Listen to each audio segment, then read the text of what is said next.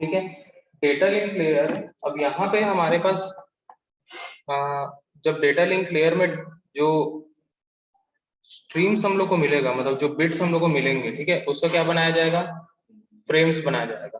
ठीक है, अब फ्रेम जब बनाया जाएगा तो डेटा सेंटर में रहेगा, ठीक है, और उसके अगल बगल में क्या रहेगा, मतलब आगे पीछे में हेड और ट्रेलर लगाया जाएगा। ठीक है, हेडर और ट्रेलर, और ये पैकेट मतलब वो डेटा है। ठीक है, तो हेडर और ट्रेलर में क्या होगा, उसकी एड्रेसिंग की जाएगी। ठीक है, कौन कौन सी एड्रेसिंग की जाएगी, लॉजिकल और फिजिकल दोनों।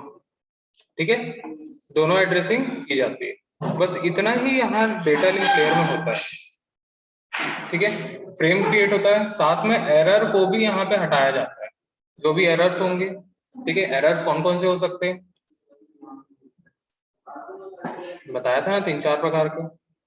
कौन कौन से एरर हो सकते हैं, पहला एरर, या तो इसका सीक्वेंस बिगड़ जाए, ठीक है, या तो कुछ जो बिट्स है वो छूट जाए, लॉस हो जाए। ठीक है, या तो कुछ बिट्स जो है वो दूसरे पैकेट में चले जाए, ये सारे एरर्स हो सकते हैं।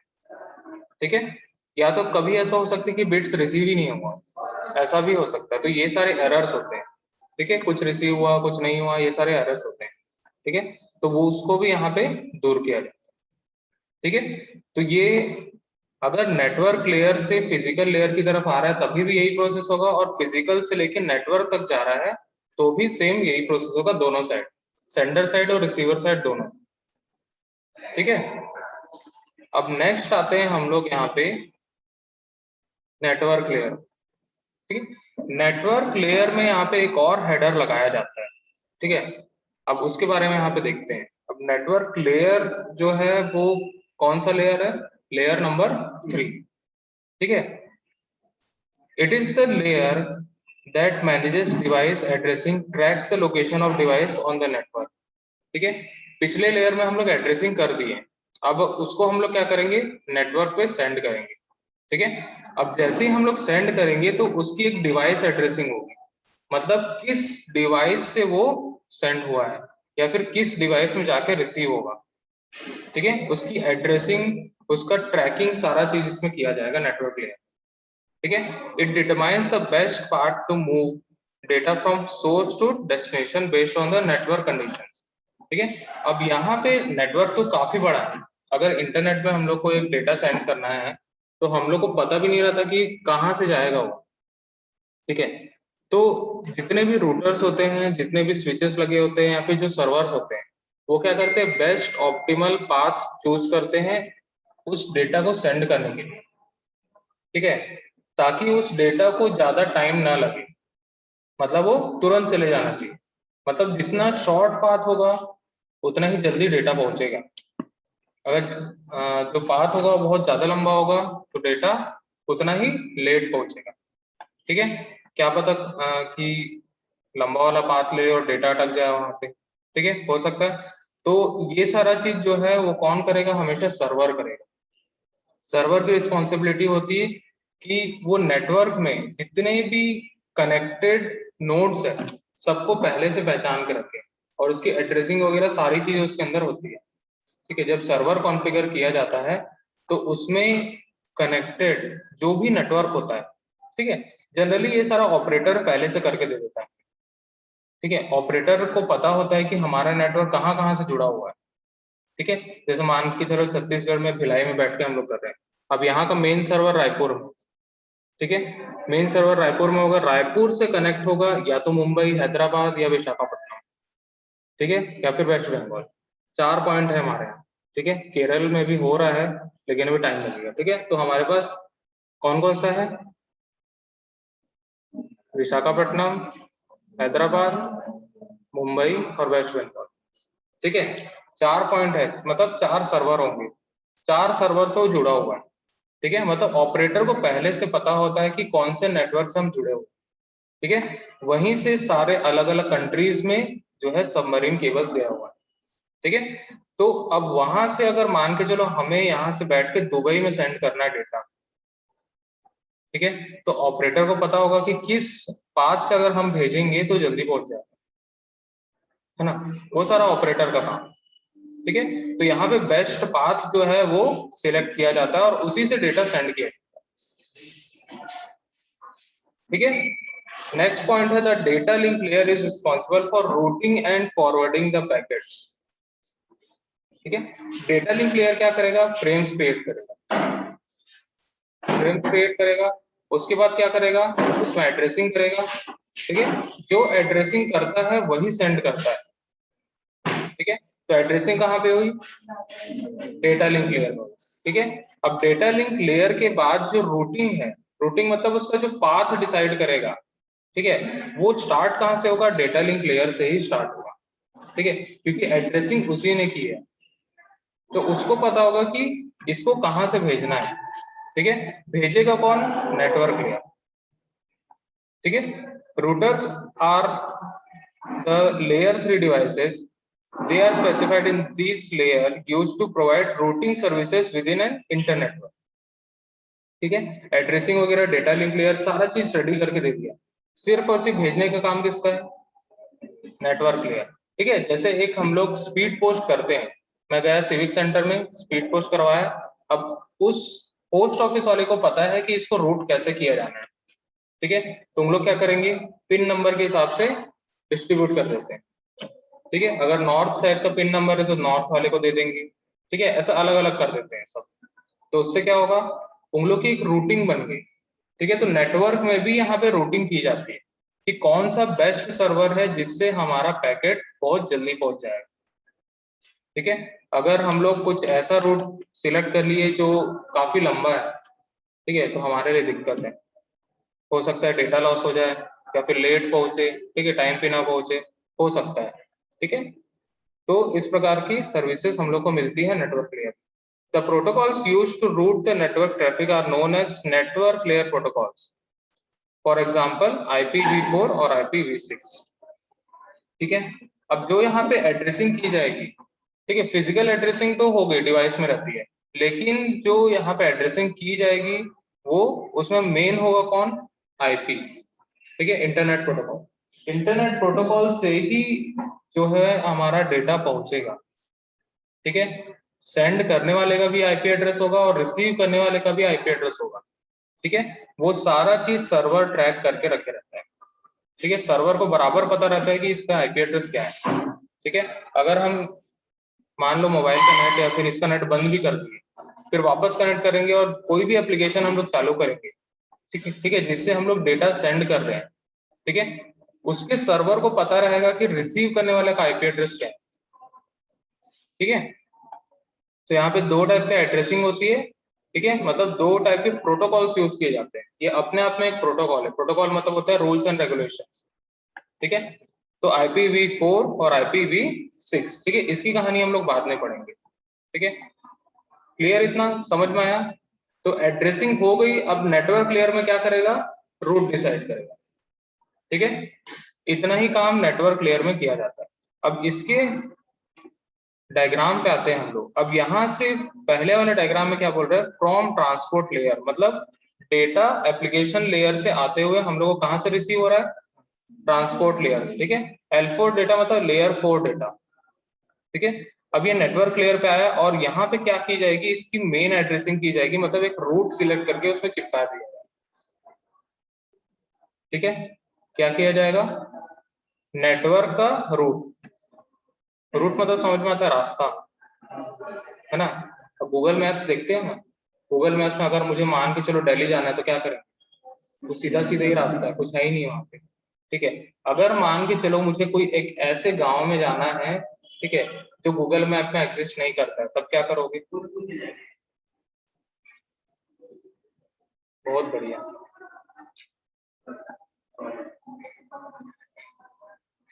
ठीक है, अब कैसे करोगे, गूगल मैप में कहाँ IP एड्रेस। ठीक है, पहले हम लोग ऐसी जगह पहुंचेंगे जहां से हम लोग को वो डेस्टिनेशन पास पड़े। ठीक है, जैसे मान लो नियरेस्ट, जैसे मान के चलो यहाँ पे कहीं भोपाल के कोई जंगल में जाना है हम लोग को, तो सबसे पहले भोपाल पहुंचेंगे। ठीक है, फिर वहां से उधर पूछते पूछते इधर उधर पान वान के ठेले से पूछते हम लोग जाते हैं। ठीक है, क्योंकि वहाँ नेटवर्क तो रहेगा नहीं, काम तो ऐसे नहीं करने वाला, जब नेटवर्क होगा तब तो गूगल मैप वहाँ पे अप्लाई कर पाए। ठीक है, तो यहाँ पे एड्रेसिंग की जाती है और उसका रूट डिसाइड करके चिपका दिया जाता है। ठीक है, क्लियर। जो H3 यहाँ पे जो दिख रहा है ये हेडर 3 है, मतलब ये रूटिंग के लिए होता है। ठीक है, हेडर 1 किस लिए होगा, ये वाला हेडर और ये ट्रेलर। ठीक है, यहाँ पे दिखा होगा। ठीक है, जनरली इसको H1 H2 बोला जाता है। ठीक है, यहाँ पे ट्रेलर बोले तो T2 लिख दिए हैं। ठीक है, जनरली जब हम लोग इसको बुक्स वगैरह में देखोगे तो H1 H2 ऐसा रहेगा। ठीक है, तो सब जगह अलग अलग रहता है। तो यहाँ पैकेट ये है मेन, और उसमें H3 रूटिंग के लिए लगा दिया गया हेडर। ठीक है, तो अब इसमें क्या क्या चीजें हैं,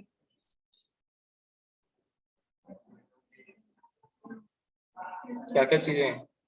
एप्लीकेशन लेयर से डेटा आ रहा है, एप्लीकेशन लेयर से डेटा आ रहा है, इसका मतलब क्या होगा,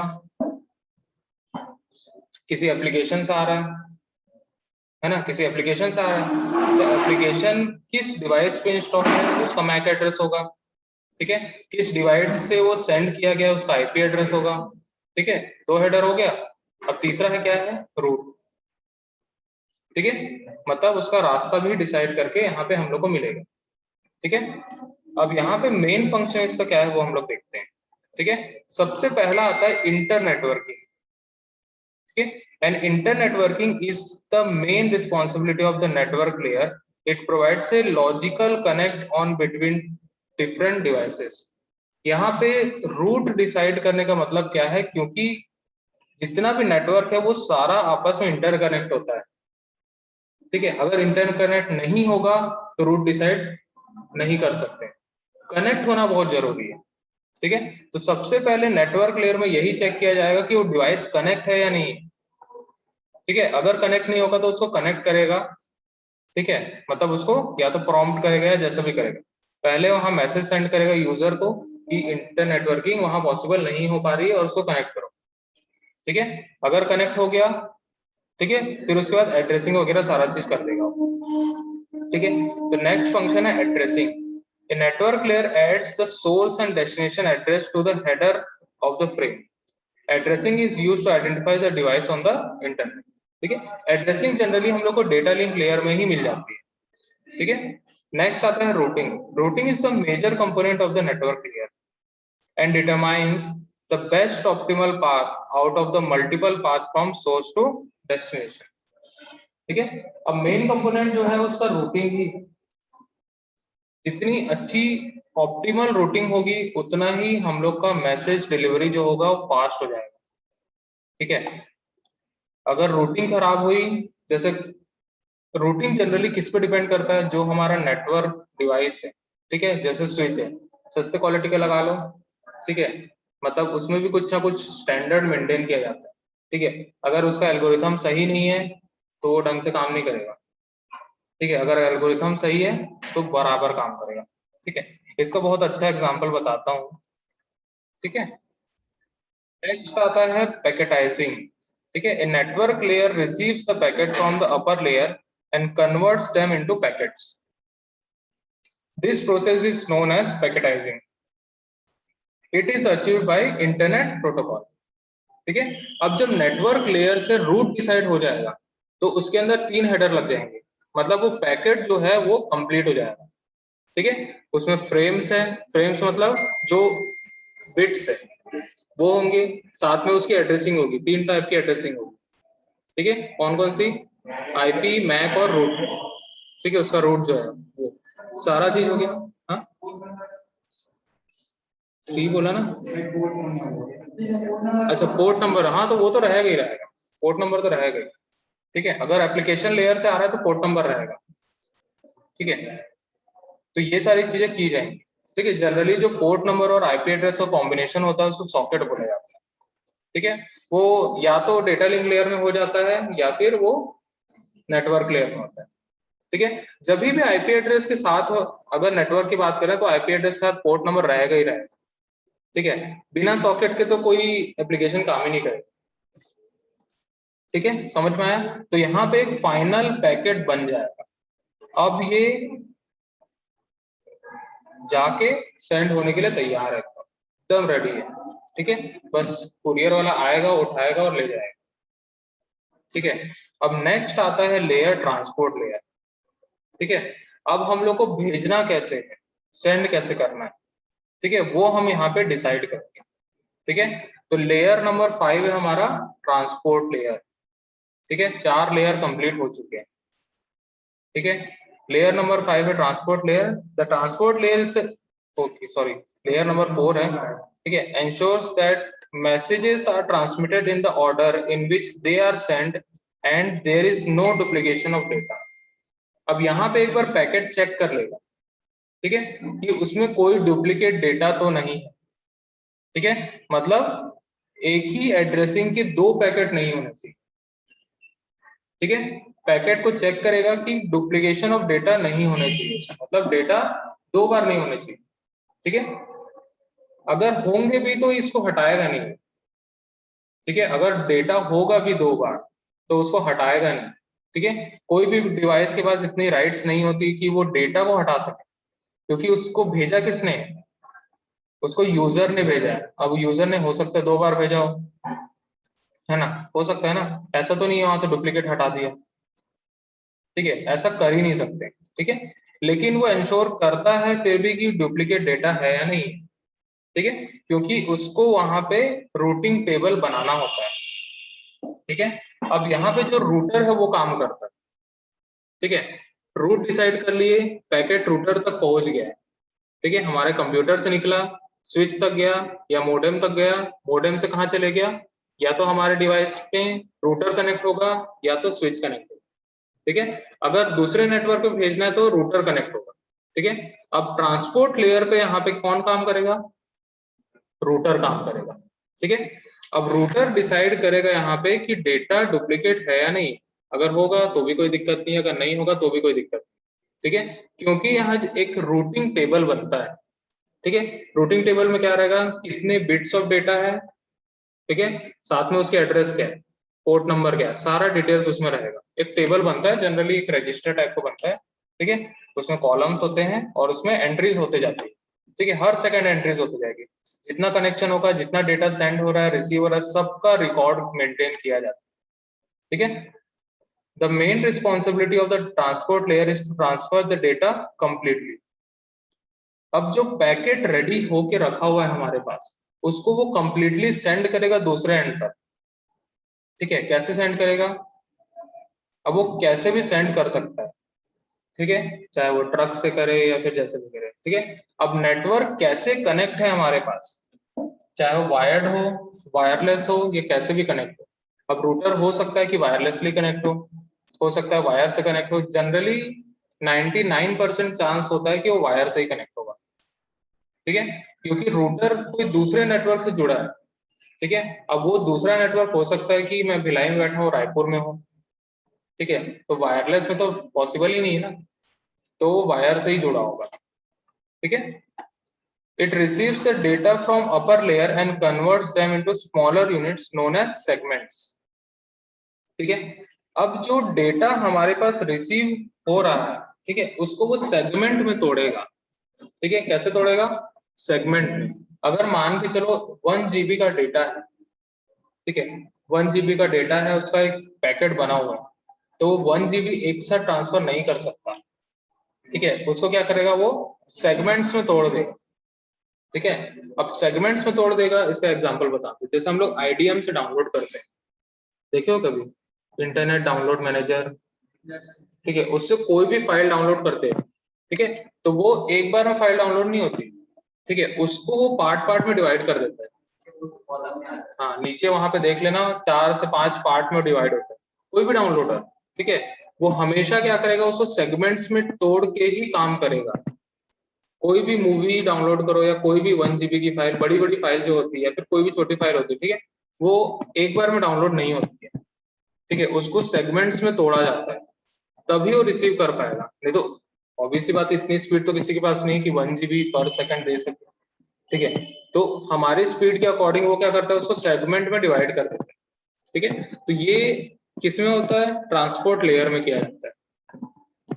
ठीक है, This layer can be termed as end-to-end layer as it provides a point-to-point connection between source and destination to deliver data reliably. ठीक है, अब यहाँ पे जो कनेक्शन होगा, रूटर से डेटा निकल गया, अब यहाँ से पॉइंट टू पॉइंट कनेक्ट होगा। पॉइंट टू पॉइंट कैसे कनेक्ट होगा, मतलब हमारा रूटर है और रिसीवर का रूटर है, दोनों आपस में डायरेक्टली कनेक्ट होंगे। अब उसके बीच में कितने भी सर्वर हो, कितना भी कुछ भी हो, ठीक है, उससे मतलब नहीं है, लेकिन वो अब किससे कनेक्ट होगा डायरेक्टली, रिसीवर के रूटर से कनेक्ट होगा। ठीक है, मतलब यहाँ पे हम लोग को पॉइंट टू पॉइंट कनेक्शन देखने के लिए मिलेगा।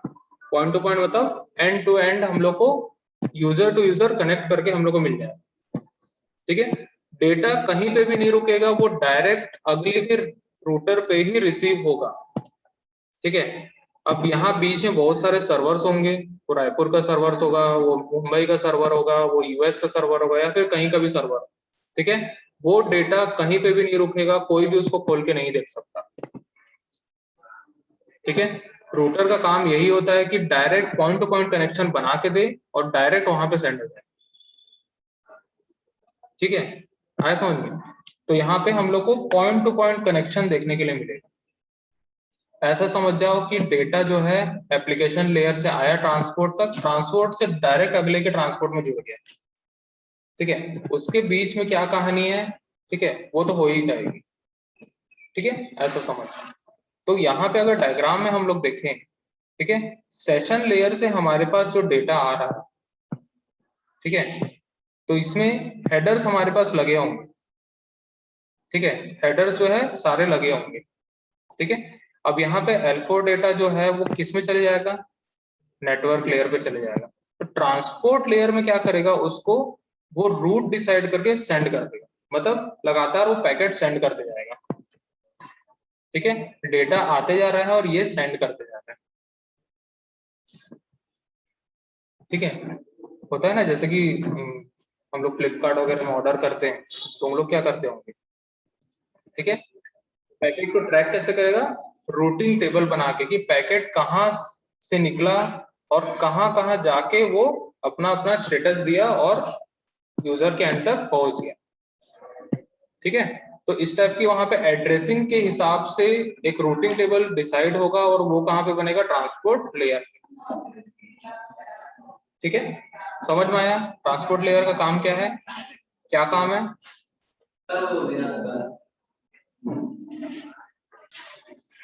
अब यहाँ पे हमारे पास दो टाइप के प्रोटोकॉल्स यूज किए जाते हैं। ठीक है, पहला होता है ट्रांसमिशन कंट्रोल प्रोटोकॉल। ठीक है, इसकी कहानी हम लोग 4th यूनिट में पढ़ेंगे पूरा का पूरा डिटेल में, लेकिन यहाँ ओवरऑल बता रहा हूँ कि होता क्या है। ठीक है, देखो ट्रांसमिशन कंट्रोल प्रोटोकॉल या फिर इसको बोलते हैं हम लोग TCP/IP प्रोटोकॉल। ठीक है, ये लेयर 5 या फिर अगर नीचे से ऊपर से आए तो लेयर 4 प्रोटोकॉल होता है। ठीक है, ट्रांसपोर्ट लेयर में ही ये प्रोटोकॉल यूज किया जाता है और जनरली ये प्रोटोकॉल जो है वो हमेशा रूटर पे इम्प्लीमेंट किया जाता है। ठीक है, जो रूटर हमारे पास लगा होता है या फिर जो सर्वर्स लगे होते हैं, ठीक है, दोनों में से किसी एक में किया जाता है। ठीक है, अगर दोनों में लगा हुआ है तो कोई एक ही काम करेगा। ठीक है, अब इसका बहुत अच्छा एग्जांपल के साथ मैं बताता हूँ। ठीक है, जैसे हम लोग व्हाट्सएप पे मैसेज भेजते हैं, ठीक है, अगर मैंने मान के चलो आकाश को कोई मैसेज भेजा, ठीक है, तो जैसे ही उसके पास चले जाएगा तो मुझे क्या मिलेगा, एक सिंगल टिक मिलता है। मतलब मेरे पास वहां से एक एक्नॉलेजमेंट आया, मैंने यहाँ से सेंड किया है, उसका डिवाइस ने क्या किया, एक्नॉलेजमेंट सेंड किया कि मैंने आपका डेटा रिसीव कर लिया। ठीक है, लेकिन वो रीड नहीं किया है। अब जैसे ही रीड कर लेगा तो क्या होगा, डबल टिक और ब्लू कलर में हो जाएगा।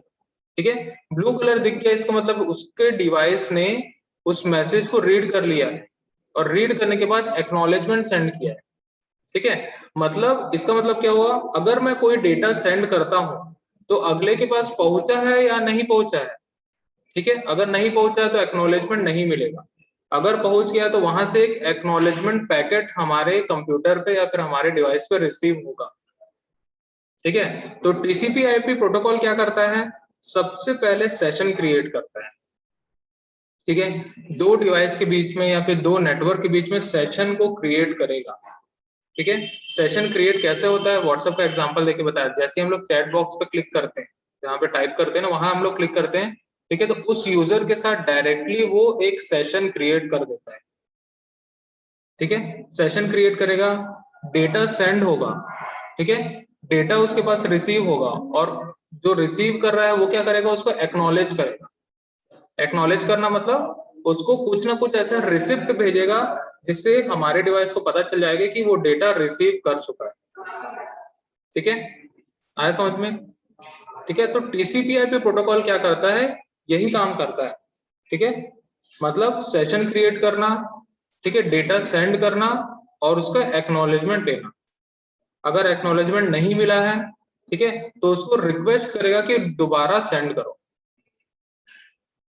ठीक है, समझ में आया? तो यहाँ पे देखते हैं, it is the standard protocol that allows the system to communicate over the internet. ठीक है, 100% जितने भी आज के डेट पे कम्युनिकेशन होते हैं टीसीपी पे ही होते हैं। ठीक है, it establish and maintains a connection between host. ठीक है, क्या मेंटेन करेगा, कनेक्शन मेंटेन करेगा, मतलब एक सेशन मेंटेन करके रखेगा। When the data is sent over the TCP connection, then the TCP protocol divides the data into smaller units known as segments. Each segments travel over the internet using multiple routes. ठीक है, segments वगैरह बनता है, segment send होता है, they arrive in different orders at the destination. The transmission control protocol pre-orders the packets in the correct order and receiving end. ठीक है, वो रीअरेंज वगैरह करता है, वो सब तो करेगा ही, लेकिन साथ में जब रिसीव हो जाएगा तो एक्नॉलेज भी करेगा। ठीक है, तो टीसीपी प्रोटोकॉल में हम लोग को क्या मिलेगा, अगर कोई डेटा रिसीव कर रहे हैं तो उसका एक्नॉलेजमेंट मिलेगा। ठीक है, मतलब हम लोग को पता चलेगा कि वो जो रिसीव कर रहा है वो सही में वो डेटा रिसीव कर लिया है। ठीक है, कभी कभी क्या होता है, हम डेटा सेंड कर दिए, हमको पता ही नहीं होता कि अगला रिसीव किया या नहीं किया। पता रहता है क्या, नहीं पता रहता है। ठीक है, तो यहाँ पे हम लोग पता कर सकते हैं क्योंकि हम लोग के पास एक्नॉलेजमेंट पैकेट रिसीव हो। अब सेकंड आता है user datagram protocol. User datagram protocol क्या होता है, इसमें हम डेटा सेंड कर देते हैं और हम लोग को कोई मतलब नहीं होता कि अगले के पास पहुंचा या नहीं पहुंचा। ठीक है, जैसे रेडियो, एफएम रेडियो हम लोग सुनते हैं, वो तो बोल रहा है वहां से, ठीक है, कोई सुने मत सुने हमको क्या मतलब, हम तो बोलेंगे, है ना। यहाँ पे भी वैसे ही होता है। जनरली यूडीपी जो होता है, यूजर डेटाग्राम प्रोटोकॉल, ये ब्रॉडकास्टिंग के लिए यूज किया जाता है। ठीक है, ये सब कौन यूज करता है, जैसे न्यूज चैनल्स है। ठीक है, न्यूज चैनल्स जो होते हैं या फिर जो हम लोग स्टार प्लस, कलर्स, ये सब चैनल्स देखते हैं ना, मतलब ब्रॉडकास्टिंग के लिए जनरली यूज किया जाता है। वो उसको कभी भी नहीं पता होता है कि कौन कौन देख रहा है कौन नहीं देख रहा है। ठीक है, आज के डेट पे जो चैनल्स देखते हैं वो 1000 तरीके होते हैं चैनल्स देखने के। अच्छा, वो मोबाइल में देख सकता है, वो टीवी में देख सकता है, उसके पास ब्लैक एंड व्हाइट टीवी हो सकती है, ठीक है, या फिर किसी दूसरे के आईडी से वो देख रहा है। मतलब कभी भी पता नहीं चल पाता है कि कितने यूजर्स देख रहे हैं।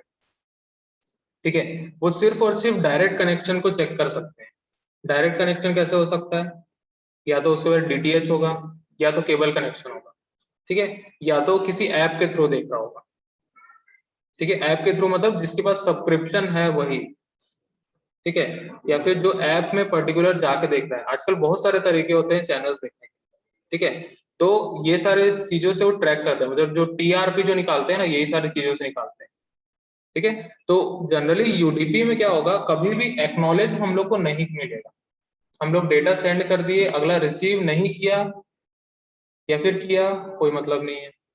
ठीक है, मतलब एक्नॉलेजमेंट कभी भी नहीं मिलने वाला। ठीक है, देखो यहाँ पे, it is an unreliable transport protocol as in case the receiver does not send any acknowledgement when the packet is received, the sender does not wait for acknowledgement, therefore this makes a protocol unreliable. ठीक है, अगर receiver जो है acknowledgement send कर दिया तो ठीक है, नहीं कर दिया तो भी ठीक है, सेंडर कभी भी वेट नहीं करेगा उसके एक्नॉलेजमेंट का। ठीक है, सेंडर लगातार क्या करेगा, अपना डेटा सेंड कर देगा। ठीक है, चाहे वो रिसीव करे या ना करे। ठीक है, रिसीव कर लिया तो भी ठीक है, नहीं किया तो भी ठीक है, कोई दिक्कत नहीं है। मतलब सेंडर को कभी भी उसके रिसीव करने या ना करने से कोई नुकसान नहीं है, ठीक है। तभी हम लोग यूजर डेटाग्राम प्रोटोकॉल यूज करते हैं, ठीक है। तो दो टाइप के प्रोटोकॉल बहुत इंपॉर्टेंट है, और ये जनरली ट्रांसमिशन कंट्रोल प्रोटोकॉल जो होता है, टीसीपी आईपी प्रोटोकॉल इसको बोलते हैं, 100% कम्युनिकेशन में आज के डेट पे यही यूज किया जाता है,